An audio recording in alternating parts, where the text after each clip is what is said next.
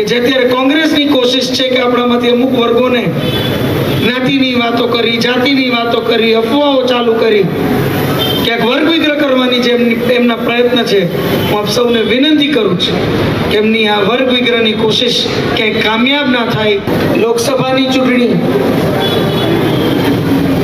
આમ તો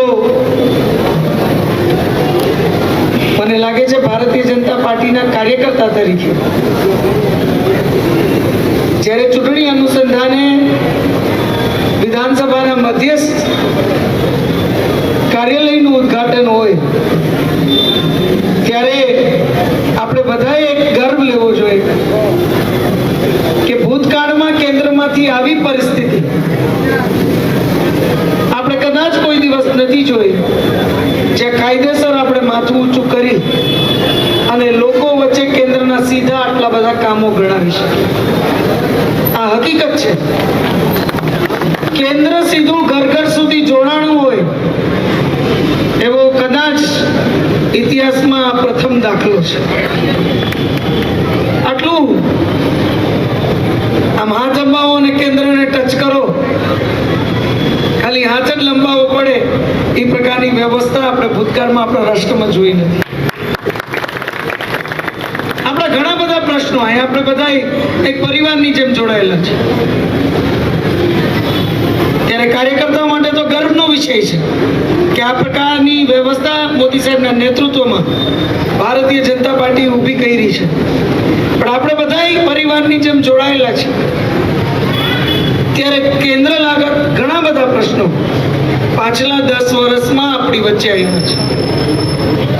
પણ આપણે બધા ગર્વથી કહી શકીએ, એમાં હું માત્ર સાંસદ તરીકે નિમિત્ત છું, પણ આપણે બધા ગર્વથી કહી શકીએ કે આપણા પરિવારે એ પ્રશ્નોને તાત્કાલિક વાચા મળે એ પ્રકારની વ્યવસ્થા પણ કેન્દ્રમાંથી સીધી ઊભી કરવામાં આપણે સફળ થયા છીએ. કોઈ પ્રશ્ન લાંબા ખેંચાણા નથી, એના લીધે કોઈને હેરાનગતિ આપણે થવા દીધી નથી. હકીકત છે.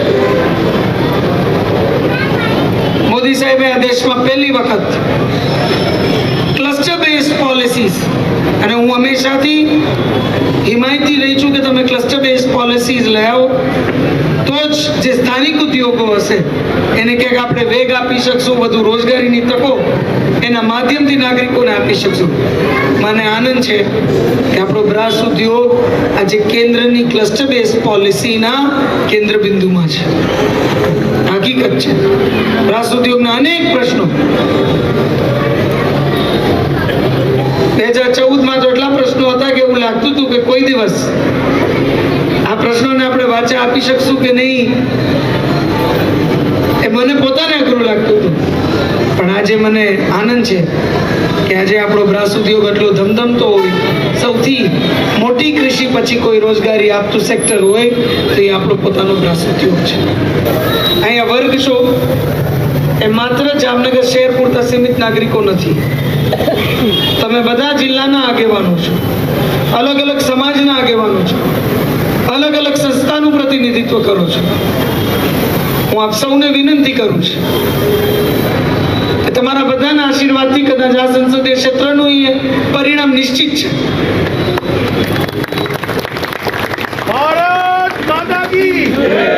આ રાષ્ટ્રના નાગરિકોના આશીર્વાદથી કેન્દ્ર સરકારનું પરિણામ નિશ્ચિત છે.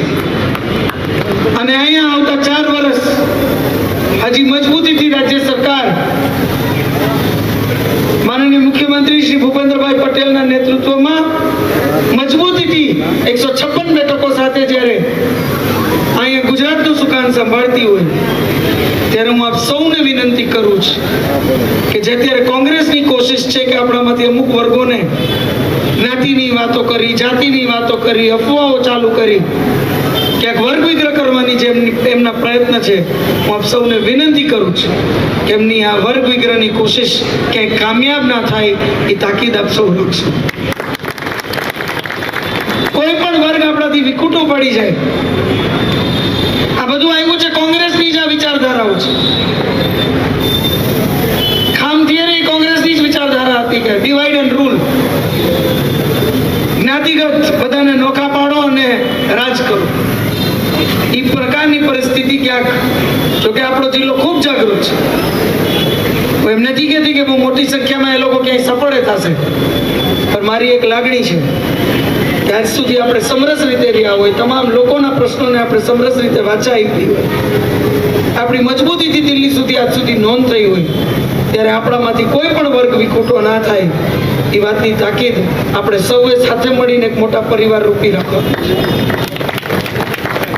જ્યાં તમને દેખાય આખા જિલ્લામાં, આખા શહેરમાં, કોઈ પણ વોર્ડમાં, કોઈ પણ બૂથમાં, હું તમને બધાને વિનંતી કરું છું, ઉમેદવાર બધે નથી પહોંચી શકતા, ઉમેદવાર તમારા બધાના આશીર્વાદથી ખાલી નિમિત્ત હોય છે, મુખ્ય કાર્યકર્તા હોય બધે ના પહોંચી શકતા હોય. હું તમને બધાને અપીલ કરું છું, વિનંતી કરું છું કે તમે બધા ઉમેદવાર હોવ એ રીતે આ 2024ની લોકસભા આપ સૌ લડો. તમે 2014 એવી રીતે લડ્યા છે, 2019 એવી રીતે લડ્યા છે, ત્યારે 2024માં પણ તમે બધા ઉમેદવાર છો એ રીતે આ લોકસભા લડીને એવું પરિણામ સર્જો કે બે આપણી જાગૃતતાની નોંધ અને આપણી સમરસતાની નોંધ દિલ્હી સુધી થાય. હું આપ સૌને વિનંતી કરું છું કે આજે જ્યારે આ કાર્યાલયનું આપણે સૌ સાથે મળીને એનો શુભારંભ કર્યો છે, એટલે કાયદેસર કાર્યાલયના માધ્યમથી જ આપણે મતદાન સુધીની બધી વ્યવસ્થાઓ અહીંથી સુચારુ રૂપે આખો પરિવાર બની અને સુનિશ્ચિત કરશું. ત્યારે હું વિનંતી કરું છું કે આ સુનિશ્ચિત જે વ્યવસ્થા આપ સૌ કરશો એમાં આપ સૌ જિલ્લાને પણ મજબૂતીથી જોડશો, તમામ વર્ગોને, તમામ સમાજોને પણ મજબૂતીથી જોડશો. ત્યારે આજે આપ સૌ એટલી મોટી સંખ્યામાં ઉપસ્થિત રહ્યા. ભૂતકાળમાં હું હંમેશા કહું છું, 2014ની ચૂંટણી હોય કે 19ની, હું એકેય ચૂંટણી નથી લડી, મારા વતી કોઈ ચૂંટણી લડ્યું હોય તો એ આપ સૌ અને મંચ ઉપર ઉપસ્થિત સર્વે આગેવાનો અને કાર્યકર્તાઓ લડ્યા છે. ત્યારે હું આપ સૌને વિનંતી કરું છું કે ફરીથી એક વખત એવી જ રીતે સમરસ રીતે આપ સૌ ઉમેદવારો એ રીતે ચૂંટણી લડી મજબૂત નોંધ આપણા સમગ્ર હાલારની અને 2 વિધાનસભાઓ 78 ને 79ની દિલ્હી સુધી કરાવો, જેના માધ્યમથી વધુને વધુ સુવિધાઓ આપણા સમગ્ર વિસ્તારમાં, આપણા શહેરમાં હોય કે જિલ્લામાં હોય, આપણે સીધું કેન્દ્રના માધ્યમથી લઈ આવી શકીએ. ઘણી બધી પોલિસીસનું બેનિફિટ પણ આપણને મળે એ પ્રકારની વ્યવસ્થા આપણે ઊભી કરી શકીએ.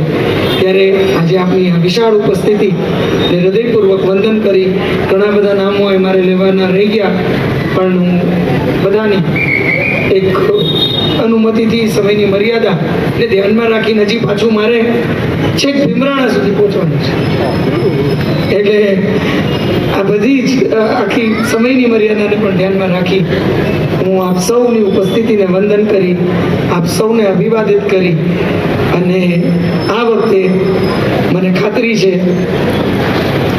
કે જે એક આહ્વાન અહીંયા દિવ્યેશભાઈ કર્યું કે આપણે 2 વિધાનસભામાંથી 1-1 લાખની લીડ લેવાની છે.